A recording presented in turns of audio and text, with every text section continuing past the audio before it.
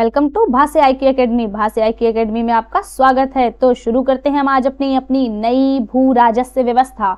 क्या थी भू राजस्व व्यवस्था? जैसे कि किस समय की बात है, ये उस टाइम की बात है जब कॉर्नवालिस भारत का गवर्नर जनरल था। ठीक है, तो जैसा कि मैंने आपको बताया था, प्लासी का युद्ध मैंने आपको पढ़ा रखा है, बक्सर का युद्ध भी बताया है। तो जस्ट उसी के बाद से मैं शुरू करूंगी, क्योंकि वो सन यहाँ पे थोड़ा इंपॉर्टेंट है, क्योंकि उसी के बाद से कैसी भू राजस्व प्रणाली आ गई थी, क्योंकि अंग्रेजों की जीत हो गई थी पूर्णतः तो बक्सर के युद्ध में। तो उसी के बाद से चेंजेस आने शुरू हो गए, परिवर्तन किया जाने लगा। तो कैसे क्या परिवर्तन हुए तो मैं बताती हूँ। जैसे कि 1757 में जब प्लासी के युद्ध में कंपनी की जीत हुई, तो मीर जाफर से 24 परगनों की जमींदारी अंग्रेजों को मिल गई थी। तो वो ठीक है, जब अंग्रेजों को बहुत जमीन कौन कौन सी जगह, फिर मीर कासिम आया। तो मीर कासिम जब बंगाल का नवाब बना, तो उसने भी मतलब बहुत सारे क्षेत्र दे दिए थे, भू राजस्व का अधिकार दिया गया था, जैसे कि बर्दवान, मिदनापुर, चटगांव, यहाँ से भू राजस्व वसूल करने का भी अधिकार मिल गया था कंपनी को। फिर क्या होता है, फिर 1764 ईस्वी में बक्सर का युद्ध हुआ था, जैसा कि ठीक है मैंने आपको बताया है, आप हमारी वीडियो सुन लीजिएगा। ठीक है, बहुत अच्छे से मैंने बताया। ठीक है, तो जैसे कि बक्सर का युद्ध जब हुआ तो 1764 में, तो इसमें जब कंपनी की जीत हुई यानी कि अंग्रेजों की जीत हुई, फिर इलाहाबाद की संधियां हुई। तो इसमें भी जब क्या थे उस समय मुगल सम्राट शाह आलम द्वितीय, तो इनको भी बहुत सारे मतलब इधर अंग्रेजों को क्षेत्र प्राप्त थे, बंगाल, बिहार और उड़ीसा की इनको दीवानी प्राप्त हो गई थी। किसे? अंग्रेजों को। फिर क्लाइव का द्वैत शासन आया। ठीक है, तो ऐसे ही धीरे धीरे परिवर्तन आते रहे। और जब से क्लाइव का द्वैत शासन आया था, ये मैं आपको एक वीडियो बनाऊंगी इसके लिए, द्वैत शासन पे। ठीक है, तो उसमें मैं आपको समझाऊंगी कि क्या था द्वैत शासन। अभी मैं इतना आपको यहाँ बता रही हूँ, जो वो ये द्वैत शासन था या जो टाइम था, ये टाइम पीरियड 1765 से लेके 1772 तक ये चलता रहा था। इसी टाइम जो था मोहम्मद रजा खां, जो कि बंगाल का नायब दीवान भी नियुक्त किया गया था। ठीक है, और ऐसे ही बहुत सारे चेंजेस आए। फिर एक मतलब नीलामी का अधिकार भी दिया गया, नीलामी भू राजस्व वसूल करने का अधिकार हो गया 1769 में भू राजस्व वसूल करने का अधिकार दिया गया, ठेकेदारी आ गई। तो ऐसे धीरे धीरे चेंजेस आ गए। फिर 1771 में मुर्शिदाबाद और पटना में रेवेन्यू काउंसिल की तथा उसी टाइम क्या होने लगा, कंट्रोलिंग कमेटी की भी स्थापना की गई। तो ये सब सारी जो है कमेटियां ये सब बनने लगे। फिर 1765 में लगान वसूली में बहुत सारे भ्रष्टाचार बढ़ गए। जब भ्रष्टाचार बढ़ा तो एक फरमई ईयर रिपोर्ट निकली, तो उसमें एक बात कही गई कि मतलब भू राजस्व की वसूली जो होती थी, इतनी कठोरता, मतलब इतनी बहुत जबरन की जाती थी कि उस समय बहुत सारे किसानों की मतलब जनता की मौत भी हुई बहुत सारे, और अकाल तक वर्ष भी उसे बोला जाता है कि अकाल भी पड़ा, संभावनाएं आ गई थी। ठीक है, तो ये चीज बताई गई है फरमई ईयर रिपोर्ट में। फिर 1772 में अंग्रेजों ने क्या किया कि कहा कि मतलब खुद ही दीवानी का कार्य करने लगे। ठीक है, फिर मतलब भू राजस्व जो उसका केंद्रीय खजाना था भू राजस्व जमा करने वाला, वो मुर्शिदाबाद से कलकत्ता लाया गया। फिर 1772 में एक पंचशाला बंदोबस्त आया गया था।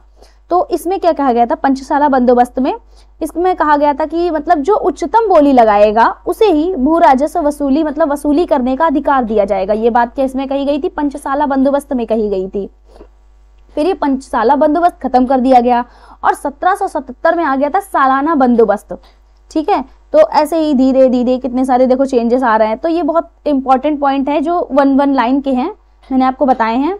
प्री में अक्सर पूछ लिए जाते हैं, वन लाइन क्वेश्चन में इसे पूछ लिया जाता है।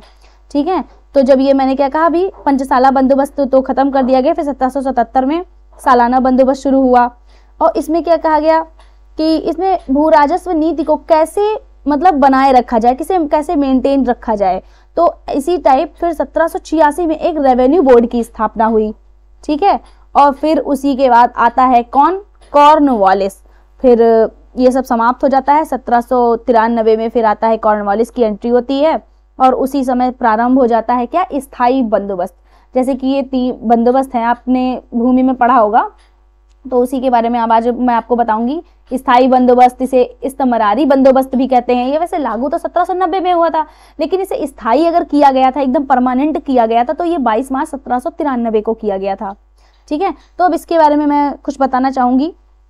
जैसे कि उस समय कॉर्नवालिस था, तो बंगाल का गवर्नर जनरल बनकर आया था। तो जैसे कि 1784 में जब पीट्स इंडिया एक्ट ने कंपनी को बंगाल में जैसे स्थायी भूमि का मतलब प्रबंधन करने की सलाह दे दी गई थी कि अब आप यहाँ पे परमानेंट रहिए।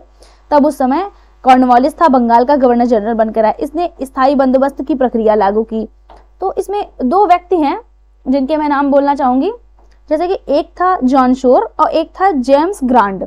ये दोनों मतलब एक दूसरे के विरोधी थे। विरोधी किस टाइप से, क्योंकि कोई चाहता था कि इसमें, जैसे जॉन शोर चाहता था कि भूमि का स्वामी जो है जमींदारों को बनाया जाए, ठीक है। जो जॉन शोर चाहता था कि भूमि का स्वामी जो है जमींदारों को बनाया जाए। लेकिन जो जेम्स ग्रांड थे वो कहते थे कि जब इसमें फिर सरकार को क्या मिलेगा, यानी कि कंपनी यानी कि अंग्रेजों को, फिर सरकार को क्या मिलेगा जब सारा अगर संग्रहकर्ता वो करेंगे। तो इसलिए इन लोगों में मतभेद रहता है।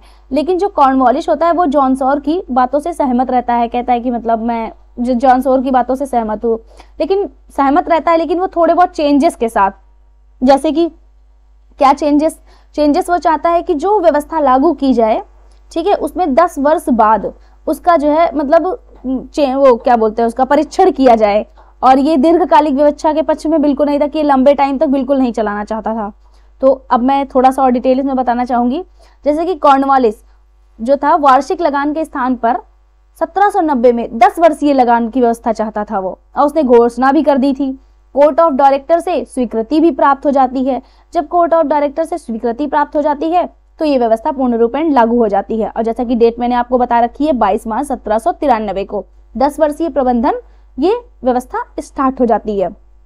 अब इसमें कैसे क्या होता है, जैसे कि फिर ये हमेशा चलता रहता है। इसमें ये कहा गया है कि जमींदारों को प्रतिवर्ष अपना जो होता है मतलब लगान जमा करनी पड़ेगी। तो इसमें कितना सरकार को मिलता है, इस व्यवस्था में ये कहा गया है कि लगान का 10/11 भाग सरकार को और 1/11 भाग जमींदारों को दिया जाएगा, मतलब निश्चित किया जाता था, ठीक है। और फिर इसमें भूमि का जो परंपरा, भूमि की जो ये परंपरा थी ये परंपरागत हो गई थी। इसी टाइम कॉर्नवालिस ने एक अध्यादेश भी जारी कर दिया था। उस अध्यादेश में इसने ये कहा था कि जैसे कि अगर किसी जमींदार की मृत्यु हो जाती है तो उसकी जो भू उत्तराधिकारी होगा उसकी संपत्ति चल संपत्ति की भांति उसी में विभाजित हो जाएगी, यानी कि उसी की परिवार में वो ट्रांसफर हो जाएगी, हड़प ही नहीं जाएगी। ये एक अध्यादेश में कॉर्नवालिस ने कहा था। इसी टाइम एक आ जाता है सूर्यास्त कानून, जो कि 1794 में आता है। अक्सर पूछ लिया जाता है कि क्या था सूर्यास्त कानून, ठीक है। तो सूर्यास्त कानून में ये कहा गया था कि जैसे कि जो लगान होती थी, अगर क्या बोलते हैं उसको, लगान जो मतलब जो भूमि जो कर टैक्स था ना वो देने का समय अगर सूर्यास्त के बाद अगर आप लोग देंगे तो आपकी जमीन नीलाम कर दी जाएगी, यानी कि आपको जो लगान जो टैक्स था वो आपको सूर्यास्त से पहले ही जमा कर देना होता था। ये एक नियम था, ये था क्या था, सूर्यास्त कानून था, 1794 में आया था। ये आप लोग ध्यान रखिएगा, काफी मतलब क्वेश्चन में पूछ लिया जाता है, ठीक है। और ये व्यवस्था कितनी कितनी जगहों पर थी ये आपको मैं बताती हूँ कहाँ कहाँ ये लागू हुई थी, क्योंकि पूरे भारत में तो ये नहीं लागू हो पाई थी। तो इसके कुछ मतलब पर्टिकुलर क्षेत्र थे, सिर्फ वहीं तक ये सीमित था। जैसे कि बंगाल, बिहार, उड़ीसा और उत्तर प्रदेश के कुछ क्षेत्र, यानी कि वाराणसी और गाजीपुर का क्षेत्र था, और कर्नाटक क्षेत्र, ऐसे जैसे हैं ये इसमें क्षेत्र जो है सम्मिलित थे। और ये व्यवस्था मैंने कहा ना पूरे भारत में नहीं थी, तो ये सिर्फ पर्टिकुलर कुछ जगह पर थी, यानी कि इसका परसेंटेज भी था। ये भारत के 19% क्षेत्र पर ही लागू थी स्थायी बंदोबस्त, ठीक है। और इसमें ना मतलब जमींदार जो थे वो किसानों का बहुत ज्यादा इसमें शोषण करने लगे थे, जिससे कि किसानों को काफी हानि हुई थी।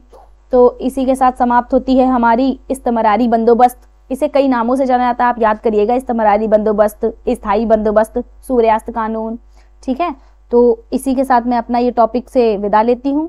प्लीज़ हमारा चैनल लाइक कर दीजिएगा, सब्सक्राइब कर दीजिएगा, और अगर आपको इससे ज़्यादा जानकारी चाहिए तो प्लीज़ हमारा टेलीग्राम पे आपको सारी चीज़ें अवेलेबल हैं, आप उसे फॉलो कर सकते हैं।